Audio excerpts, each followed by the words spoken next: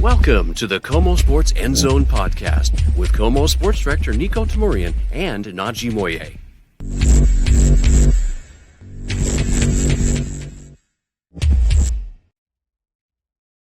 Well, welcome to the KOMO Sports End Zone podcast. As promised, we are going to be talking about a lot of the offseason happenings, and certainly there's been a lot of happenings. Najee Moye, I'm Niko Tamurian, and Najee, it's like the defending champs, we're already going to have a pretty darn distracting offseason, and now it's going to be a lot of questions about the sale of the team, and we're going to talk about this briefly before we get into the real reason for this episode, like the next step and coaching and free agency and that sort. But we'd be remiss if we didn't talk about this, and it's going to be interesting because it's like, you know, Mike McDonald will field a question about it, maybe a couple of players, and it's like they really don't have anything to do with it except for the winning they just provided with that Lombardi trophy. Yeah, I mean, we look at the sale of the Seahawks. It's something that we've known ever since, Paul Allen passed away in 2018, that the team would be sold at some point. It's obvious, and, there was that report a couple of weeks ago that from ESPN was like, hey, the fact is the Seahawks are always going to be sold. They will never be more valuable than they are right now. Maybe next year, after next year's Super Bowl, when they win next year's Super Bowl, who knows? But yeah, it's just kind of, the timing is just kind of it's you want to enjoy the Super Bowl a little bit more, Yeah. The parade was literally last week. Right. You were there. Now we're talking about the sale of maybe a multi-billion-dollar sale for this the crown jewel of the Pacific Northwest, and that's the Seattle Seahawks. What does this mean for free agency? What does this mean for players wanting to come to Seattle? What does this mean for the fans? All that remains to be seen.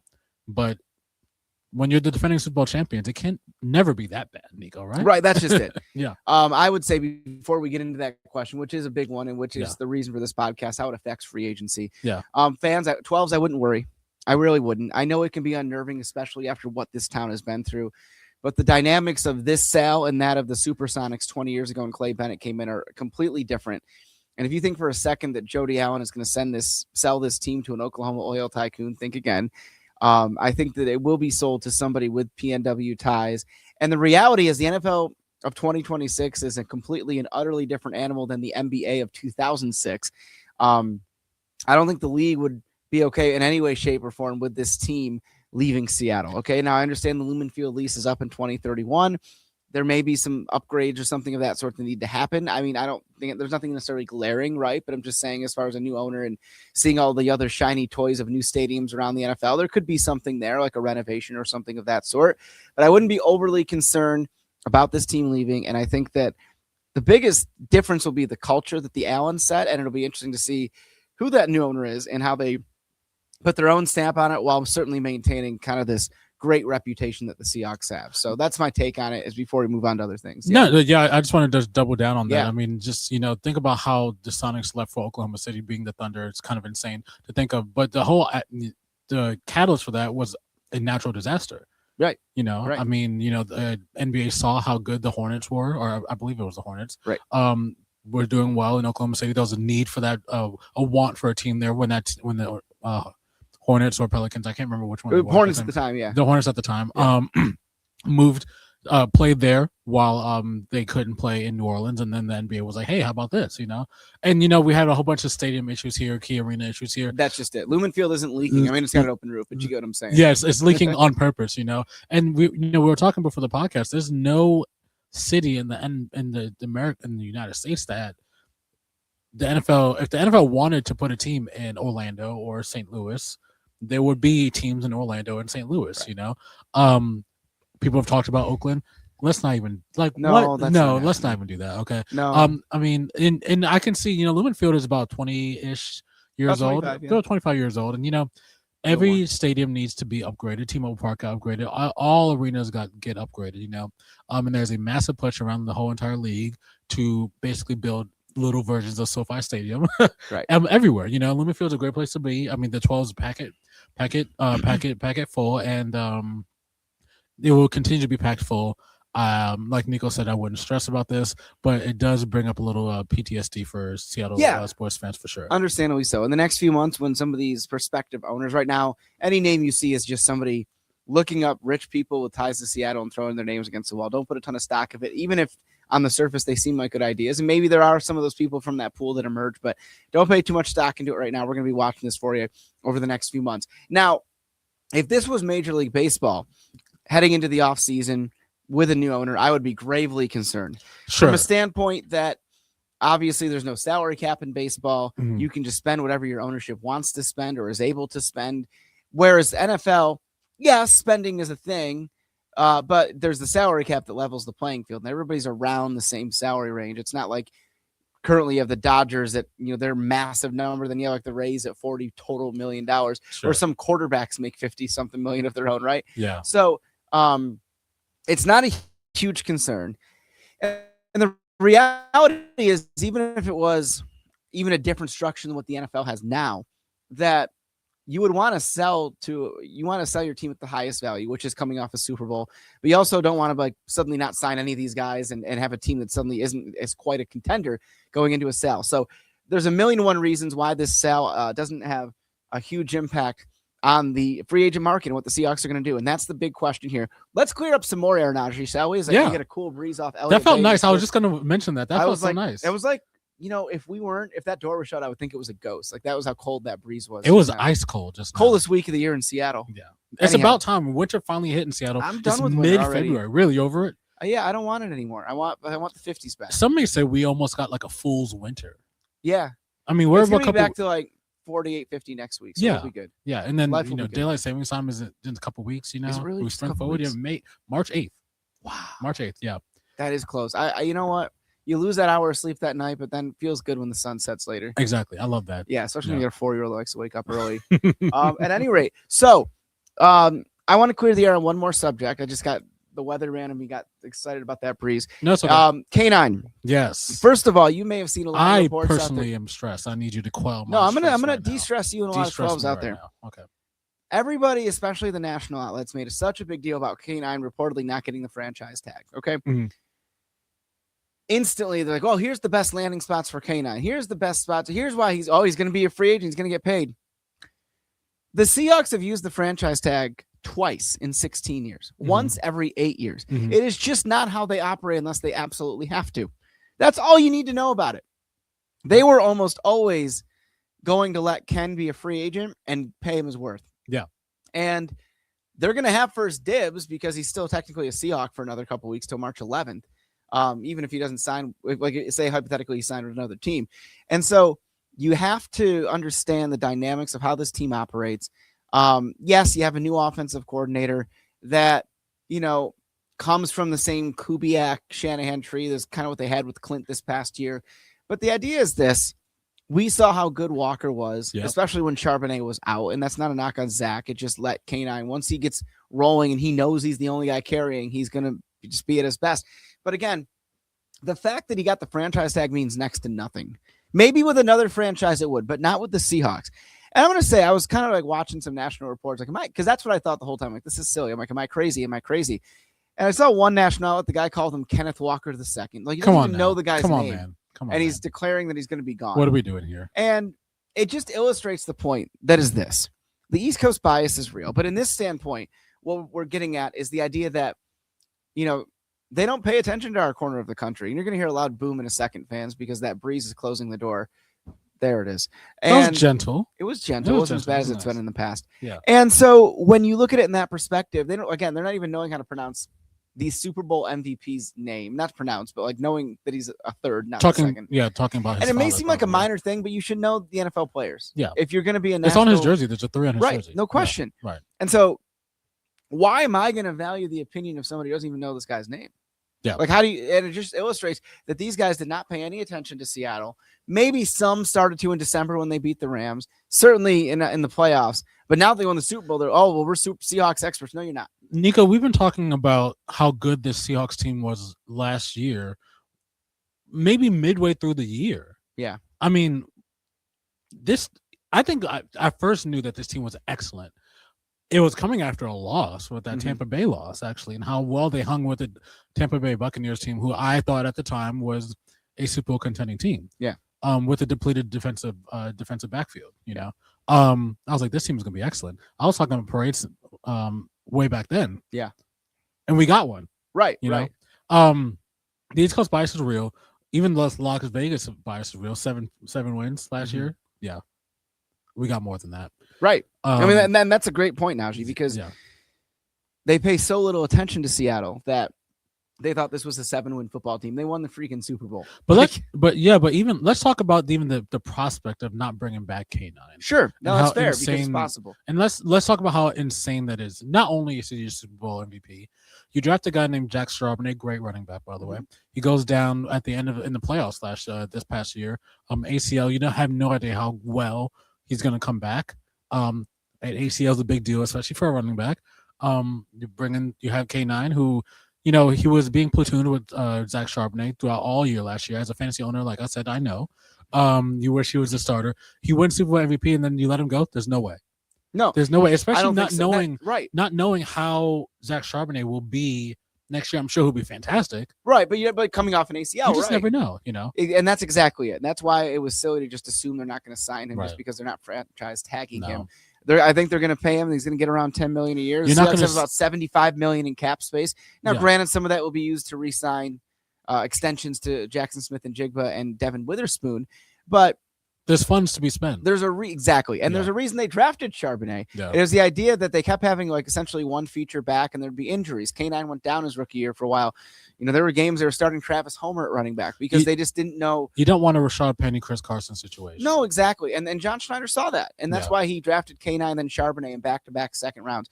Is it possible that K9 gets some major payday from another franchise and the Seahawks are just like, listen, we just can't match that? Yeah, and they go to the draft and maybe use a day 2, like a third round pick. Sure, it's possible, but I just don't at this point see it. And I certainly don't think that the franchise tag deal was indicative of that. But I would say it's about a 75% chance Walker is returning, not just because he's Super Bowl MVP, but because we saw him flourish when he was essentially the lone back, other than a couple, maybe 5 carries a game for George Holani, that sort of thing. You mentioned the last Seahawks player to be franchise tagged. I just looked this up. Yeah.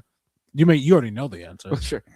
Frank Clark back in 2019. Yeah. And they also franchise tagged a kicker, Orlando Mare. I've heard that name for a while. Huh? Syracuse alum. Really? Mare, yeah. Wow. First of all, I loved Orlando Mare in Madden because I loved saying the name, first of all.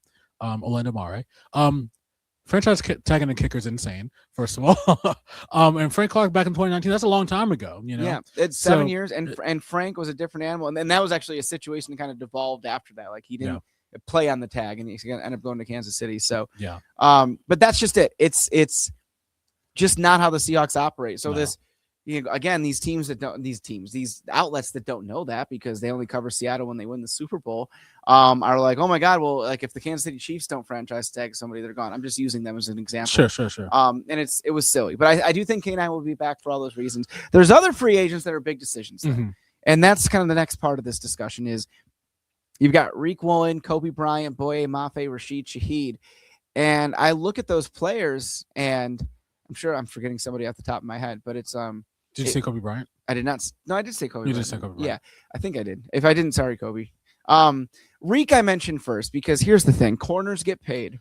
Corners do get paid. And I know fans, didn't like the unsportsmanlike in that NFC Championship, and there was a couple moments here or there that weren't Reek's finest, but I'm going to tell you something. He's a 6'4" corner that runs a 4.3 40. He's supremely talented. The Seahawks would love to have him back. Right. I think he's going to get paid somebody's going to pay him $20 to $25 million. That's the thing, and that might not be in the Seahawks' best interest because you can get the next starting corner at number 32 in the draft. One thing about winning the Super Bowl is you gain a lot of attention. Yeah. Mainly from media outlets, as we talked about the past couple minutes. But you gain a lot of attention from other teams. I mean, other teams like the Rams and the Niners and all the other teams in the NFC that the Seahawks bested to win the Super Bowl, to win the NFC Championship. They want a piece of the pie, Yeah. I don't, and I can never fault someone for getting a bag. First of all, no, and Reek's going to get that. He's going to get that one way or another. Yeah, and I mean, considering that he was, cornerback 2, sure. Which is fine, and he may want to be cornerback 1 somewhere and get paid like it elsewhere. This when you end up getting situations where guys get paid a ton of money after a Super Bowl win to go play in Cleveland. Sure. To go play in Jacksonville. Yeah, I mean, Dallas needs defensive help, and Reek is from the Dallas area. Exactly. So I can see that happening. You mentioned a couple other defensive stars like Boye Mafe. Yeah. On that line Well, coming off the edge. that's a great example of the Seahawks have so much talent at the edge and D line and linebacker spots that Mafe is somebody that could be seen as underutilized. And for Seattle, let's say I'm just throwing a number out there, and this is probably not what he gets, but let's say 10 million, probably a little less. It's probably less than that. Yeah. But let's say, there's a team that's really hurting for an edge rusher. They could pay Boye to be their number one guy because he's capable of that. And they may have to overpay. Right. And the Seahawks will look at that overpay and be like, well, that's our third guy. Yeah. You've got Chenna, you've got DeMarcus Lawrence, maybe older, but you've got other guys lying in the wings as well. So those are the decisions that are going to be made. It's not based necessarily on do we need this guy or not? They would love to bring everybody back, but you can keep Rashid Shaheed here quite affordably. Yeah. You've got the K9 question. Just as importantly, you're probably going to extend JSN and Witherspoon this offseason. For sure. And Kobe is probably coming at a better price than say Reek for safety, so to speak. Yeah, I think. And he was so big, and so if you can keep, everybody except one of the corners, and you can draft there, and you can keep all of your edge rushers except one. As much as fans may love Mafe and Woolen, that could be the reality we're facing. If it was up to me, I'd keep both because I love how talented both are, and I think they're great locker room guys. Everybody loves Boye and Reek, but it's from the GM lens, you start to understand that, like you said, you laid it out perfectly, that other teams are going to pay these Super Bowl champs. Yeah, they're definitely going to pay the Super Bowl champs just because they know they're high character guys also. Right. You mentioned another name, Rashid Shaheed, who is basically a lightning rod for the Seattle Seahawks. Acquired from the New Orleans Saints at the trade deadline this past season. Gave the Seahawks a weapon in the kick return game. We think about it wasn't exactly a beastquake, but I just think about that game where he just many games actually. He won 3 games for them. I will say that till when you're a kick returner or a punt returner that you can maybe win 3 games for a team that ends up winning the Super Bowl. I mean, this is also what happens when you win the Super Bowl is you get, like I said before, players get overpaid. By other teams. You want to keep Shaheed around. Yeah. Believe me. He's made his returning. He is your Dante Hall. Here's your Devin Hester. He's your Percy Harvin, Sure. He's a guy a nicer guy than Percy. Just a nicer guy than Percy. Much nicer. So my question to you, Nico, is we talk about funds and we talk about, teams maybe overpaying to get these guys to lure these guys out of Seattle. Is there even such a thing as a hometown discount? Is there such a thing as a Super Bowl discount? Is there such a thing as knowing that you have this locker room that you can essentially run it back? We talk about how dominant this team was going down the stretch, and how much they love to play for each other, how much they love to play for Mike McDonald, knowing how old Mike McDonald is, how young he is, I should say. Sam Darnold doesn't have a lot of football under his belt, given he was on the bench for a lot of his year. Sure. I have said there's no reason why this same team can't run it back next year. Financially, they can do it, but I think they may take some, teamwork financially to keep this team together. What do you say about that? There's merit to it, and it would be a hometown discount. Let's say K9 stays for $1 million or $2 million less than he might get, say, with the Saints. Right, why would you want a name out there? But they have Alvin Kamara, obviously. But you could end up. But he can end up in a team like, I don't know, the Eagles. or not Philadelphia. But with the Washington. There's another contender. Washington Commanders or something like that, or even like Denver. A team like that who could use an extra weapon on offense. I think that's different, right? Yeah. I think the hometown discount comes into play when you understand what you have here and that you just won the Super Bowl, and you choose that for a little less money because it gives you a better chance to win. Yeah. We're talking about if the Cardinals offered him a contract or something. No one needs to go to Arizona, please. Yeah. But to your point, let's say the Broncos or the Bills or one of these. I'm just throwing names out there. These teams obviously have great running backs. I'm not stupid about that, but I'm just saying, just another contender. Then I don't know that comes into play as much. Right. If the Broncos offer you $2 million more than the Seahawks and they made the AFC Championship, probably beat the Patriots with Bo Nix if he's healthy, right? He probably does. Yeah, so it's that's a little bit different of a dynamic. And I'm not saying Denver is a team like they have 2 backs they like, but I'm just saying from a standpoint of the dynamic and the type of team. So that's going to be interesting. So hometown, I think, goes so far. Mm-hmm. You take maybe $1.5 million less to stay in Seattle as opposed to going to the Titans. Yeah, man. You know what I'm saying? Yeah. So That's where I think it comes into play. But that's the big thing now. And that is the league year opens March 11th.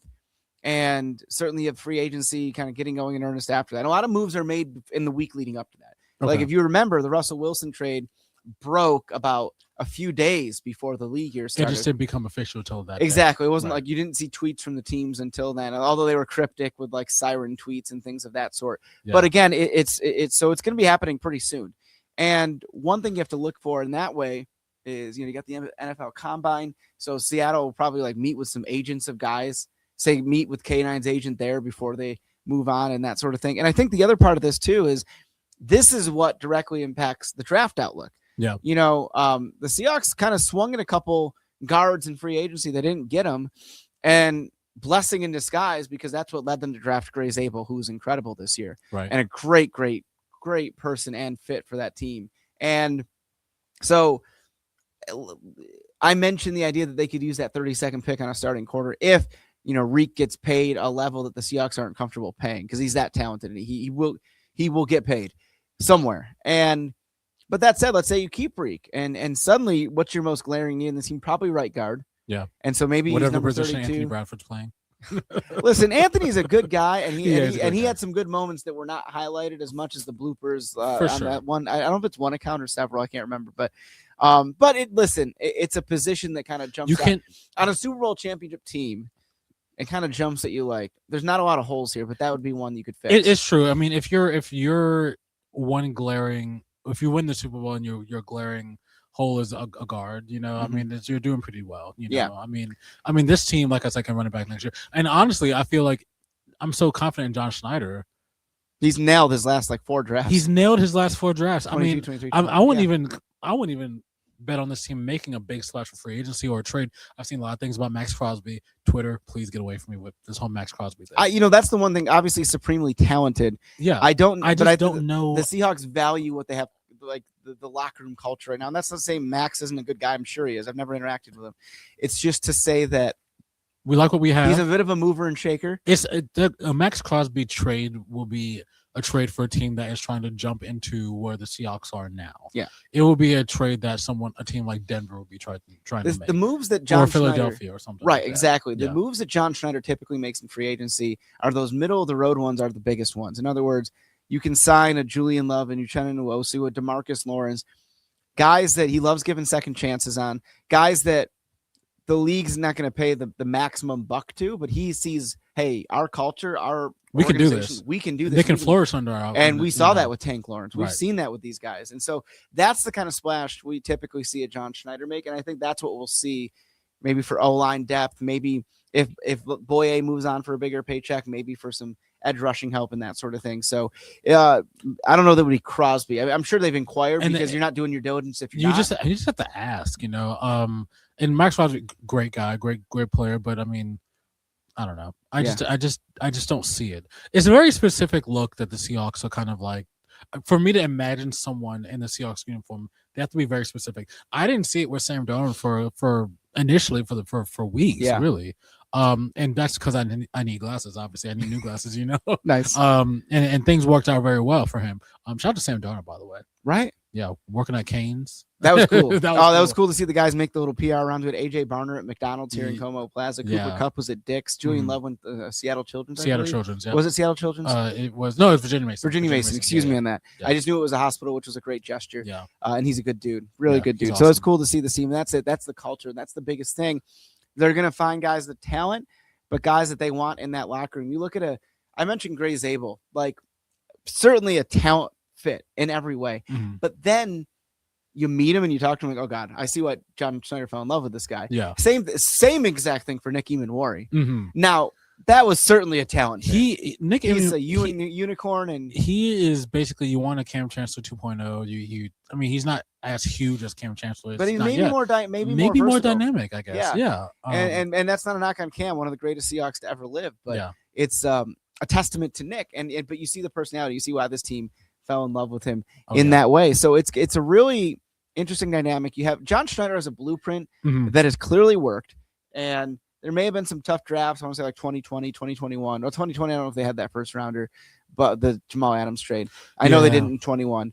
No, it was 21-22. That's what it was. But then they traded back into round 1 when they traded Russ. So it's interesting because 2022 to present, he has just nailed everything. There have been very few moves that didn't pan out for this team. I think about Dodson at linebacker, maybe Marquez Valdez-Scantling, who they kind of jettisoned. He wasn't bad. It was like he ended up playing a significant role for Pittsburgh this season. It was just Torrey Horton was paid a lot less as a rookie, and he played pretty darn good football until he was injured. Coming off of an injury next year could be a breakout star for the Seahawks. I agree with that. Yeah. He was a breakout star when he played. Yeah. He was huge. He unfortunately got injured, but yeah, he was. You got JSN running things in that room, Mm-hmm.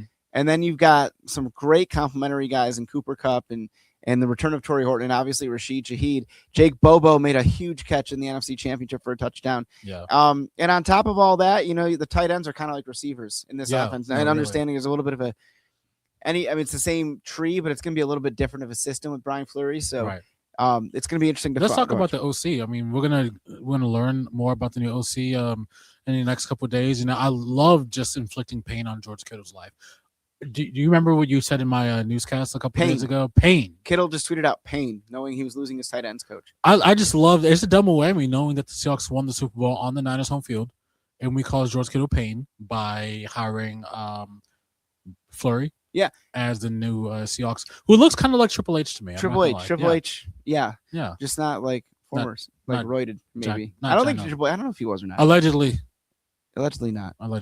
But yeah, so I think that I like what he does on paper. Listen, you're not going to know about these coaching hires until they actually take the field. For sure. But I think that I like that he's a tight ends coach.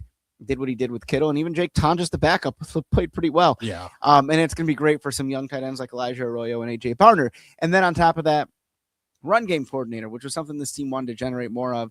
And we just saw K9 was the Super Bowl MVP because he ran for 135 yards on a team that did not give up very many rush yards all season long. No. So I think it's a good fit on paper. And here's what I'll say, in John and Mike, you trust at this point. Yeah. They clearly saw something, so no 12 should dispute it unless things go awry, and then you have the right to. But at this point, why would you even dispute any decision they made in that way? And, we talked about the sale at the top of the show. Don't freak out. No. It'll be fine. It'll be fine. It'll be fine. Just like your Super Bowl champs will be fine. We're going to keep diving back into this. Obviously, free agency starts soon. We'll take a look at some big moments. We'll take a look at some early mock drafts. It's all going to be leading up to what's a fun offseason when you are the defending champs. A short offseason, too. It really is. Leap year, March 11th, so it's coming up quick. Also, shout out to the Mariners. Right? Starting spring training soon. Or spring training. Starting the first spring training game later this week. Yeah. I love when football season morphs into baseball season. You have to be a very good team to make it happen. Which hopefully can morph into a deep play. I'm gonna throw my hand up. I don't want to, Epic year. It's gonna be great. Thanks for watching. Thanks for listening. He's Najee. I'm Niko. Go Hawks.